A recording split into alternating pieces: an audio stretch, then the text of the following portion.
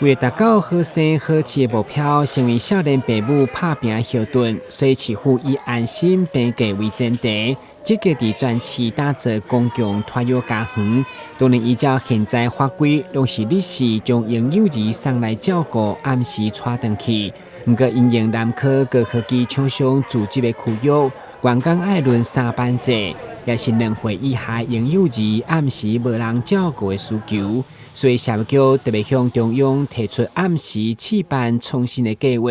对按时10点到加工上午9点的托育服务，目前正在执行当中。台南市夜间公托的一个设置状况，我们就是因南科的新兴的一个工作形态的需求，那我们设置在上化。那之前的招生是以就是父母双方都是夜间工作或是轮班工作的家长来作为招生的幼儿的对象，但是因为就是招生不足，所以我们现在就是放宽的对象是只要其中一方是夜间工作或轮班工作的一个家长就可以来报名送托的部分这样。那现在持续招生，那欢迎就是有需求的家长能够多多的来报名。